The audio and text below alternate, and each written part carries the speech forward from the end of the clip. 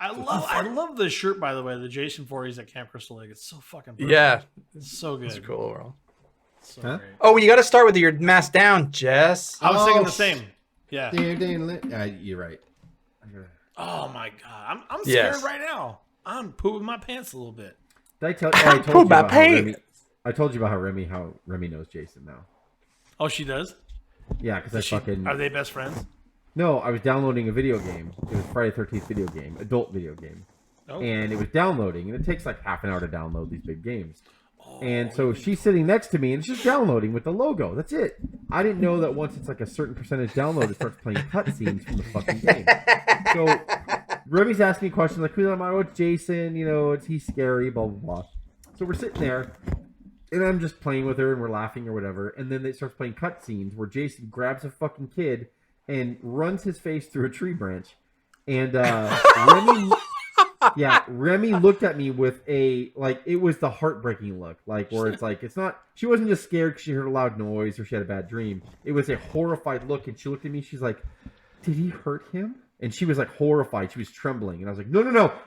And I turned the TV off. I was like, "No!" I literally say, "It's not. No, it's not real. That is not real." I said, "It's not real. It's make believe. Like there's not real people like that. Like little does she know."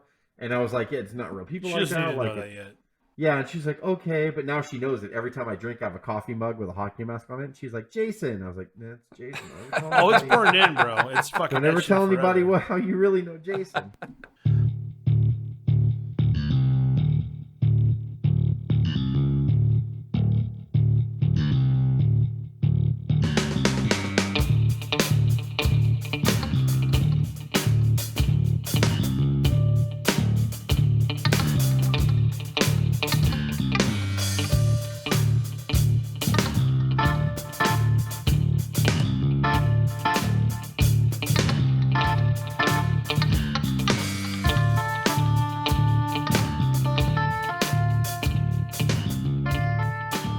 What's up, guys? Our Wrestling Podcast back at you with another episode. This is Dave Vicious along with Jess, the Total Package, Craig, the British Bulldog, and Cuz is under some break somewhere, bringing you our perspective on the world. Oh my God, the world of professional wrestling. I am terrible. No inside sources, no ties to the industry, just stories from the diehards, sharing opinions with you. Can someone feed me today's topic? Happy Halloween, Dave. Know what I mean? Hi, know what I mean? It's good to see you, buddy. I'm really, Jason. You. I don't think you were invited to this podcast. Ring, ring, ring, ring. That's really scary. Is that really Jason? I'm gonna warn you in advance. I'm probably gonna have to take the mask off to wear my glasses because I can't see anything. I can't see shit. Yeah. Oh, it was good while it lasted. What's up, Jess? What is? And I don't want contact for those people who are like, just wear contacts. Yeah, fuck you. Yeah, that shit hurts. No one knows. I can't fucking do it. I've tried. Retinas, right? Yeah. Yeah. And but I don't want is the LASIK Jess surgery. under the mask, Mr. Jason Voorhees. What is the topic, gentlemen? What is going on? The wrestling's scariest characters. It's a Halloween episode, huh? Halloween 2021. And for people on radio, Dave is a bottle of sriracha. That's right. I did not take this nearly as serious, but my friends love it. They're like, that is the most ridiculous and funniest thing I've ever seen in my life. If you're listening on Google Podcast, Spotify, or SoundCloud, iTunes, iHeartRadio, or Google Podcast, right? Dave is a bottle of sriracha. I am Jason Voorhees, and Craig is Waylon Mercy, which if we had a competition, he'd win. Oh, without a doubt. Without a doubt. I was just trying to be funny. There's what Jess is wearing a legit Jason outfit with like the really proper overalls. It's not like a BS like $2 Target hockey mask. It's a legit on the tag. It's fucking, it's perfect. No. Looks amazing. It's a wrestling podcast. Craig wins. Just fucking take the victory. Oh, I'll take it. Gold medal. Know what I mean? You are the gold medalist. Waylon Mercy. We'll get into that, I'm sure. Or you can watch our videos on YouTube at Our Wrestling Channel. On social media, can you do us a solid and give us a follow? Look at Jason putting on his glasses. On Instagram or Twitter at O.W.P. His weakness is his eyes, so that he can't see from far away. Or maybe it's close. Before he kills you. Waylon. Are you going to tell us the way of the world out there and the plains and tell us what's going on, Mr. Mercy? Jess will probably explain it better, but I figure I'll just spell it out like this. You have a gimmick or character that in your childhood or something you like was scary, whether it's like Halloween scary or maybe just like realism as a scary individual you don't want to see in a dark alley, or if someone was demented in the side of Satan, know what I mean? It might touch you in that way. We're going to pick the O.W.P's scariest character. Take it, Jess. Know what I mean? That's perfect. Yes. So whatever character that you think is the scariest or spookiest, or just made you a little uncomfortable. For some of those. Yeah. This is the time to bring it up. You know what I'm saying? I am uncomfortable right now. Yeah. All of 95. So I want to. Yeah. No, that's just bad wrestling, Craig. That's different. Yeah. And we no one can choose the Undertaker because you know. It's the Undertaker. That's what they call low-hanging fruit. Okay, we know he's the icon. He's not before this episode started to say we'll talk about the Undertaker because it's amazing, but nobody knows our picks, by the way. But we all said the Undertaker's is too easy, and the first person that's going to get a chance to pick is going to pick the Undertaker. We love the Undertaker, so don't get all crazy, you Undertaker fans out there. And we stayed away from the obvious. Like, I'm not going to disqualify Kane, but I think that's also an obvious choice. I'm not saying that you guys can't choose Kane. I'm just saying, to me, in my opinion, he's up there with the Undertaker, where it's like they're so famous that I'm like, okay, like Undertaker is off limits. I'm not going to make some Kane genuine gems that you may have not heard of before. Yeah. The Pumpkin Express. They're a great tag team, but the Pumpkin Express were just too Halloweeny and spooky. What are you doing right now? The Jack-o'-lantern humpbacks, they were good. No, we're not going to talk about them today. No. So, since you are dressed appropriately, Craig, what's your first choice? I have a feeling I know who it is, huh? Let's kick it off with Waylon Mercy. We've talked about him in the archives, and you guys would know what episode we actually ahead of their time. Yeah. But Dan Spivey, the year was 1995, kind of based off a character. That scary picture. Completely. Look at his eyes. Like, he worked it based on Cape Fear, the movie that Robert De Niro kind of played off vignettes with that. That dagger in his head would be completely normal and super quiet and creepy until the bell rung, and then he'd get you. His promos were great. Go back and look at him. He was kind of unnerving. We were old enough far in the game of fans to appreciate it as a gimmick. But it was really well done. And we dedicated a segment of ahead of their time to it. It's also like a forefather of Bray Wyatt. So it's something that stuck and resonated. Just wrong place, wrong time. And Dan Spivey, injury prone as he was, the gimmick wasn't around very long. But it was, I remember the promos. The promos were daunting. Yeah. And he was great. He did it perfect. Yeah, loved it. You can't deny Waylon Mercy as that guy kind of scared me. Oh, he dropped him right on his head. Waylon Mercy.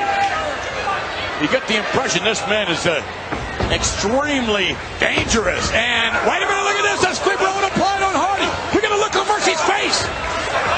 Waylon Mercy applying a sleeper hold on Jeff Hardy. Look at his eyes.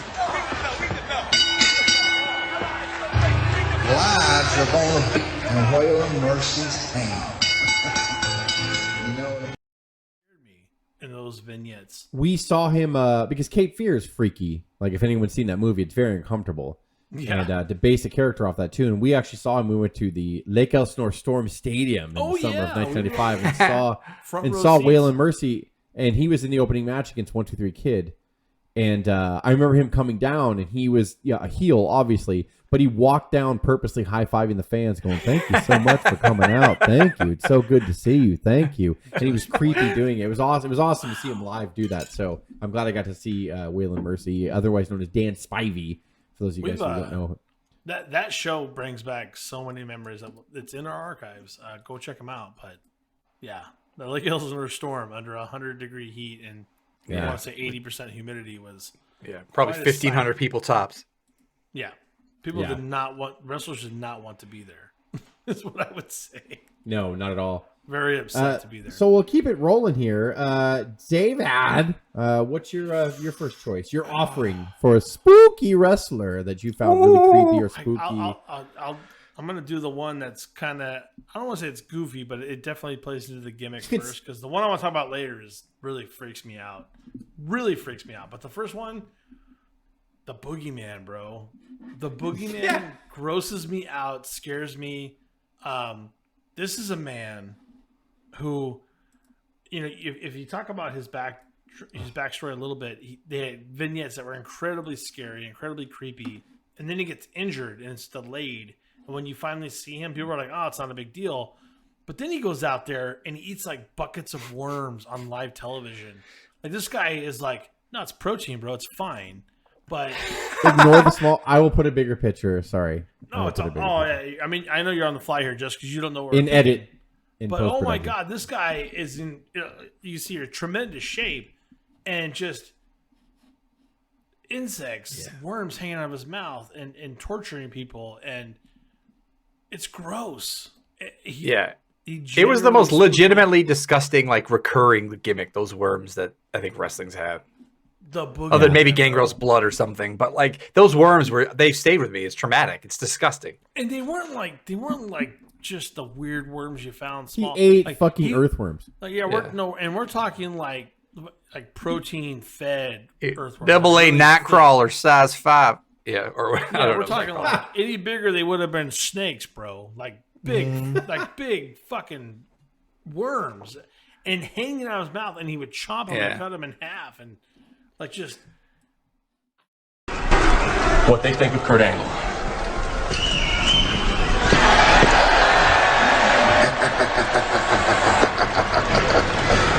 Burning bridges falling down, falling down, falling down. I'm the boogeyman, and I'm coming to get you.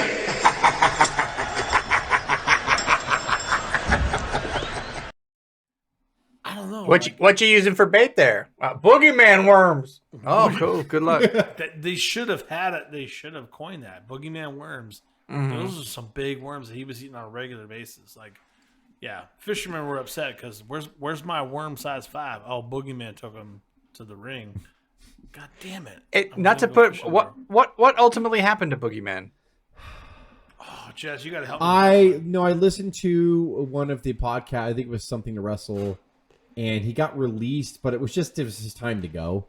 And he was an older guy when he got into the sport. So it was just he was really like a novelty act, basically. Jess, you can totally edit this out, but wasn't he a part of the Tough Enough where he said he was 40 and he was actually 50? I think you're right. It might have been the first Tough Enough. They weren't mad about the fact that he lied about his age. They're like, he lied about his age by a decade.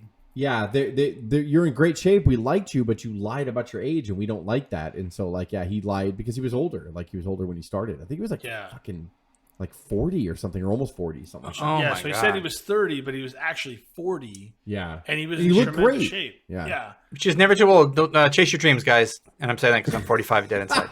Well, like Batista did it. Batista was able to do it later, right? So that happened, but that set him back. On that Tough Enough. Luthez? He was a Tough Enough episode. Luthez? Oh, no, Luthez. Like 80 years old. Still Greg Gagne? I'm 70. No, you're 80, Luke. Get the fuck out. Vern Gagne? Old Man Parsons? The Crusher? All those guys are scary, but for different reasons. Yeah. Let's be real about it. Yeah. Jess, who you got, man? Well, I am going to pick somebody that's on AEW, so she is recent. Bro. And she's pretty fucking scary. Her name is Abaddon, and she's been on AEW Dark a lot lately, too. Her real name is Monica Bidnell? Beadnell. I've seen the photos, bro. She puts the work in. She trained at Rocky Mountain Pro Wrestling Academy. She debuted in only 2018. She made her AEW debut on Dynamite on June 17th, 2020. Her finishing moves are the Death Driver and the Grave Digger. and I'm going to put her picture up right now. She's freaking. I didn't know we were doing finishers, Jess. You're making us look bad now. Good. I'm going to put clips as I'm talking of her finisher in as well, but I'm going to put her picture up right now. She's really like disturbing, but I'm going to show you what she looks. She puts the work in the makeup, yeah. Oh my goodness! Wow. Yeah, she's super. She's awesome. Like, and I hope that she keeps working her gimmick, and they're using her sparingly on AEW, and I like that because they're not trying to waste her or overexpose her or anything like that. Wow. She's awesome. If you haven't seen any of her matches, go on YouTube. You can type in her name.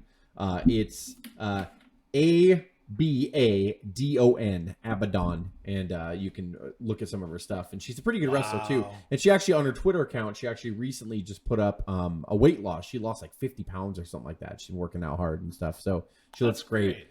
And I'm going to show you actually what she looks like without her makeup, because she's kind of hard on the eyes here, but she's putting that's a lot of makeup. She's putting the work in to look totally scary. Yeah. That's a great name too, Abaddon. You can tell really what takes down Rossi. I notice piercing in her cheek. Something I need to look into. Taz. Oh! Abaddon just driving Rossi into the canvas. And Abaddon gets the victory. Here's your winner, Abaddon. Now, Taz, take a look right here. Just face first. I was going to say, I know we're going to take a look at the replay, but I want to find out more. What division that was? A lot of talks along the fire outside with your friends to pick that name out. Like, she worked that through. Yeah, and she's really she's a good-looking woman on top of it all. It's completely different. Look at the work that she's put in to be that character. That's amazing. There's not too many wrestlers that would put that in.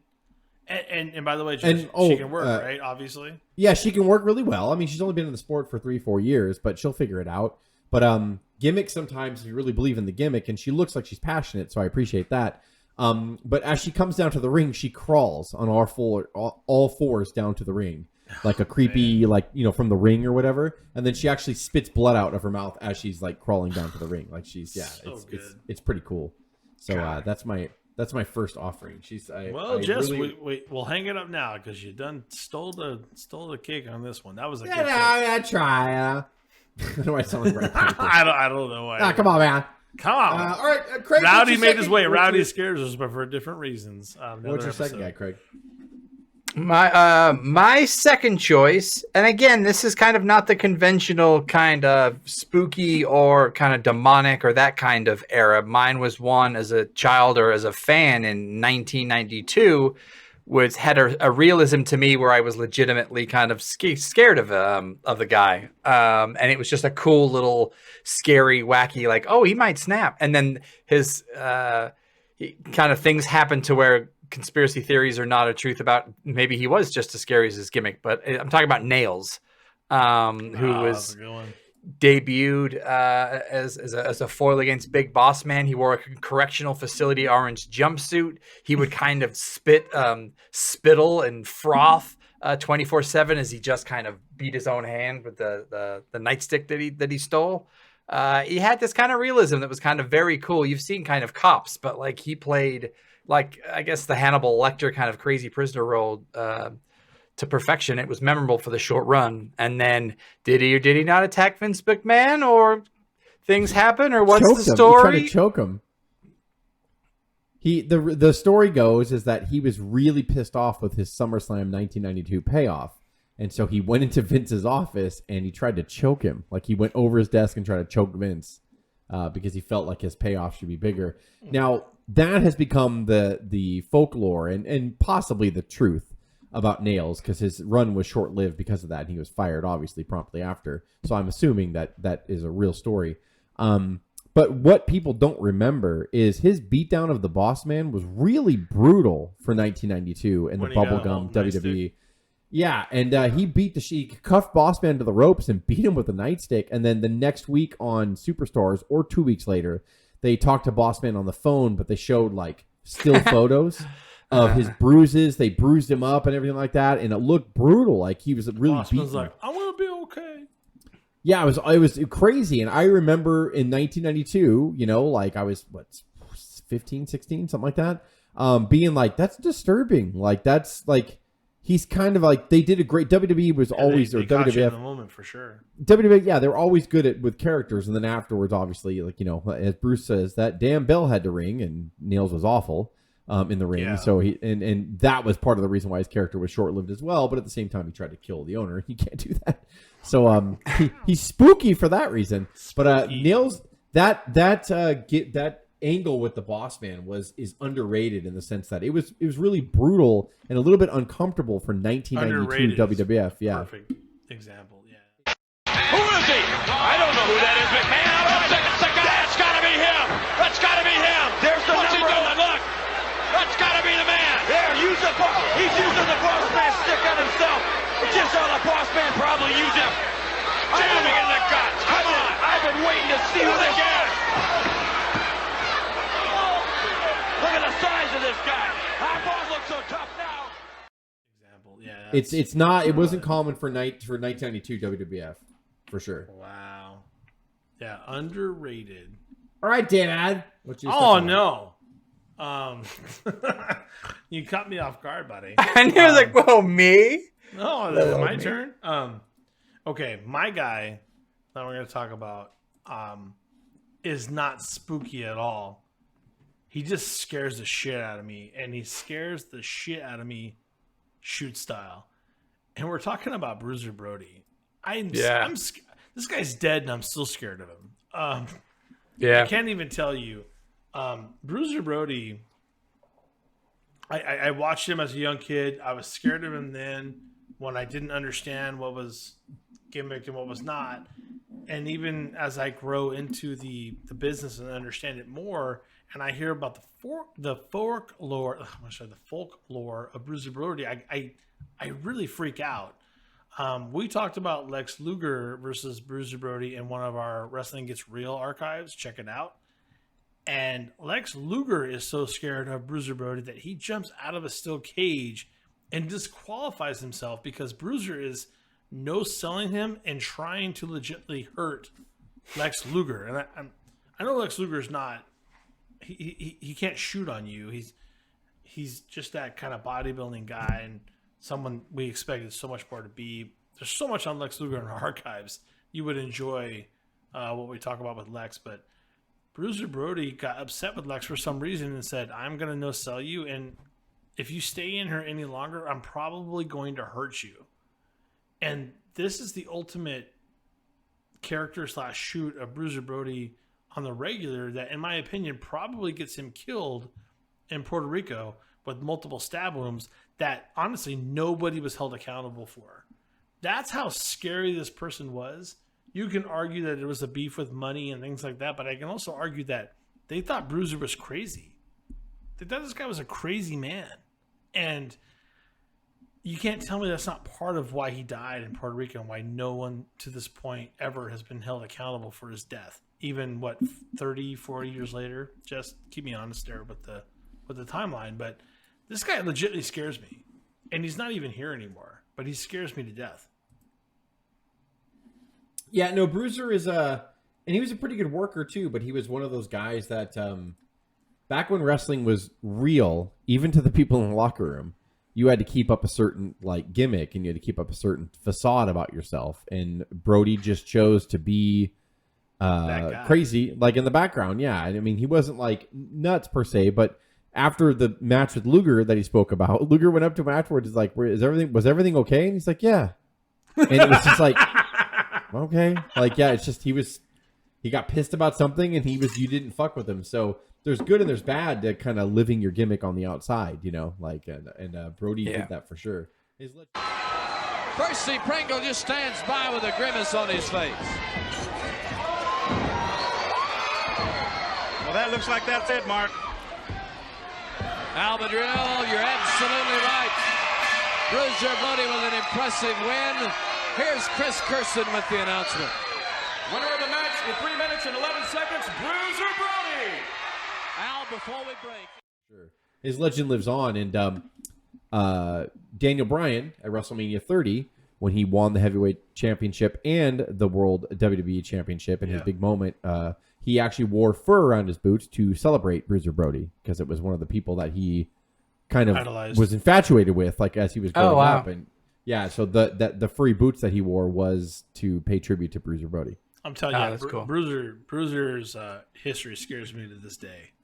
Just Google like Bruiser Brody entrance Japan, and he would just kind of chase in the crowd. Everyone would just go running from him, like almost like Stan Hansen used to whip people with the cowbell, and everyone would clear. Like Brody would just walk, and they would. That's what wrestling was back then. Heels had to really make people think that you were a piece of shit or that you were crazy because you didn't want people to come up. Nowadays, we go up to a heel in an autograph session, we get their autograph, and they're more than likely, unless you're MJF, they high five you. The only guy that works the 24/7 MJF. Yeah. So unless you're him, you can go up to a heel now and get an autograph signed, and shake his hand. Oh, you're great, man. Thanks, and all that stuff. But back then, no, like Bruiser Brodies and people like that, they lived their gimmicks around you all the time because they did not want. They wanted you to buy tickets to watch them because you didn't know who they were and you didn't know what they were all about. So they didn't want to give you the answers for sure. That's the ultimate shoot. Wrestling when it was good. Oh no! And people got killed in Puerto Rico. That's David. So my last entry, I'll go on and close this out here. I don't know if this is the best one, but he was the first one. I would just see picture of this guy in magazines covered in blood with forks in his hands and chisels like taped up with white medical tape. And I was always like in awe and kind of scared of Abdullah the Butcher. And he's a WWE bro. And he was very controversial towards later in his life too because he has hepatitis. And he would, if anybody knows an Abdullah the Butcher, you can see his face, and he has deep grooves in it from cutting himself. And on a nightly basis. He was also known for telling his opponent, "Don't worry, man, I'll take care of you. I'll cut you too." Like, what you kind of, the rule in wrestling is like you don't let the other person cut you because they can't gauge the depth that they're cutting you. But he would actually take forks and put it in people's heads and try to cut them open the hard way if they let him. And later, there was a lot of controversy, and I know you can probably find something on the internet about him purposely knowing that he has hepatitis, bleeding onto other people, like in matches and stuff. And so that was a big point of contention. And I think when he got put up for the WWE Hall of Fame, that was also a big point of contention because people were like, "How the fuck can you put this guy in the Hall of Fame if he's pretty?" There's multiple people that have come out saying, "Yeah, he knew he was positive." He gave me hepatitis or he knew he was positive and still went out and did it. I don't know. I don't know. I don't know if he's never been convicted as far as my research is concerned. So I'm not trying to celebrate him if he is that kind of a bad person, but we're talking about spooky characters here. And he freaked me out because he was one of those guys in the back that never fucking let up. Like, Mick Foley, you would know later as like, oh, he's just a really fucking smart, articulate person. Yeah. And he was not Cactus Jack. He was not Mankind. Like, he was not anything like that. I've never seen Abdullah the Butcher be anything but Abdullah the Butcher. And as a magazine, because he was too gruesome for WWF at the time when we grew up, so he was never going to be in WWF. NWA/WCW would have him pop in and out here and there, and he would do some crazy matches against Cactus Jack and other people. But for the most part, I remember him in Pro Wrestling Illustrated and the Wrestler magazines and all that stuff of him just covered in blood, having an opponent against the ropes, shoving a fork in his head. Yeah. And I will never forget that image of Abdullah the Butcher. And so he spooked me the fuck out, especially when I was a kid. Like, he was... I thought about Abdullah too. He's on that list. It's just... watching those matches and everything leads into a pile of blood every night. You can tell by just looking at his forehead in the photo you displayed. Man, it's creepy. How do you... Still has to... A key right to the throat by Paul Jones. The skate hit him right in the throat. They're doing anything and everything to keep him from arm wrestling.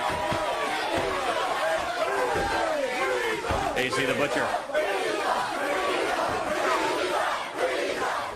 Choking him. How do you do that? He had scars on his shoulders. He had scars on his arms. He had scars on his head. Like, he would cut himself with anything. Before we knew what death matches were, we had was like, it was like one image every couple of months of Abdul the Butcher was just bleeding down his face. Yeah, in the still frame. And the more modern version was Necro Butcher, was in the more modern one, and he was in The Wrestler, the movie The Wrestler as well. And then you kind of realize there, like, oh, he's kind of a coherent guy, you know, like he's kind of he's articulate, right? Yeah, he's articulate, you know, and stuff like that. But Necro Butcher was also another one that, like, you're like, dude, he's not real. Like, he would sit there with a stapler gun and staple your fucking head, and then he would let you staple his head. Like, it's crazy. Like, but Abdul the Butcher was the original, like, guy that would just grab objects out. He would have taped. It was like a chisel that he would tape with white medical tape, and you fucking ram it like into his opponent's head. Forks and all that stuff is crazy. It was crazy. I don't like that. I think you said it best, Craig. I'm thinking about like how we all thought for a moment, yeah, we can get into wrestling, and then we watch that, we're like, no, we won't.